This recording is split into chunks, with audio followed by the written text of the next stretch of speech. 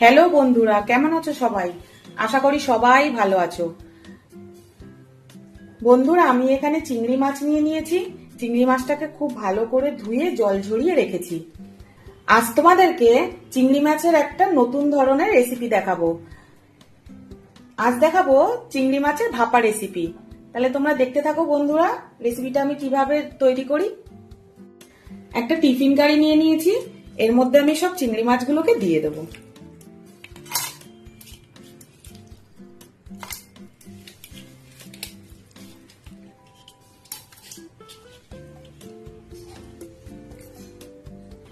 দুটো বড় পেঁয়াজ কুচিয়ে রেখেছিলাম, সেটা আমি দিয়ে দিচ্ছি।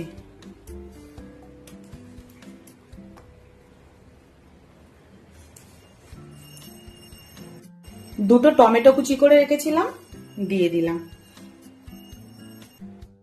কালো সর্ষে, সাদা সর্ষে, কাঁচা লঙ্কা আমি একটা পেস্ট বানিয়ে রেখেছিলাম, দিয়ে দিচ্ছি।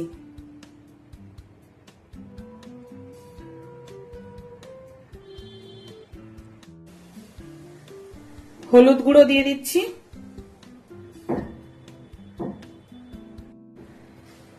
স্বাদ মতো নুন দিয়ে দিচ্ছি।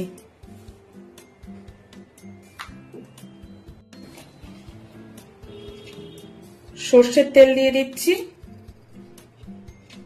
4 কলা মতো সর্ষের তেল দিয়ে দেবো।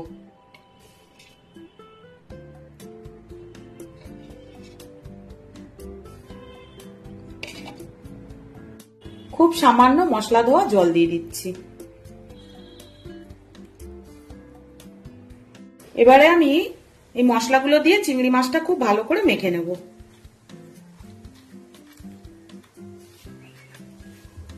আমি চামচ দিয়ে মাখাচ্ছি বন্ধুরা, তোমরা চাইলে হাত দিয়েও মাখাতে পারো।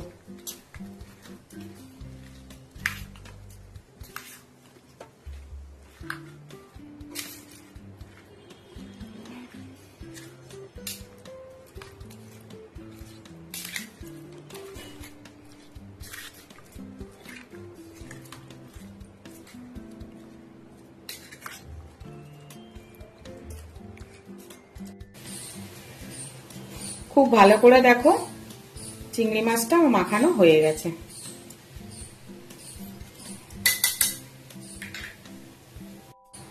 আর এক পলা আমি সর্ষের তেল দিয়ে দিলাম। এবারে আমি টিফিন কারির মুখটা বন্ধ করে দেবো। গ্যাস অন করে নিলাম, কড়া চাপিয়ে দিলাম, জল দিয়ে দিচ্ছি।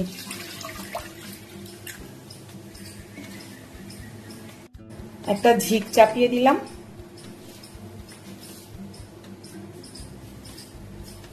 টিফিন কারিটা আমি বসিয়ে দিচ্ছি। আর একটু জল লাগবে।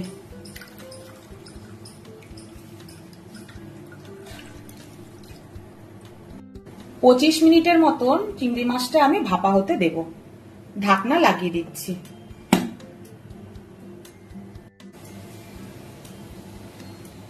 খুব ভালো করে ফুটছে দেখো। এবার আমি গ্যাসের ফ্লেমটা একদম লো করে দেব। বন্ধুরা দেখো, চিংড়ি মাছের ভাপাটা আমার রেডি হয়ে গেছে। এবার আমি গ্যাসটা অফ করে দিচ্ছি।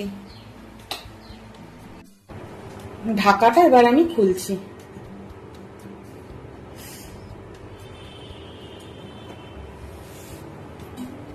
ঢাকাটা খোলার সাথে সাথে দারুণ একটা সুগন্ধ বেরিয়ে এলো। কি সুন্দর হয়েছে দেখো বন্ধুরা।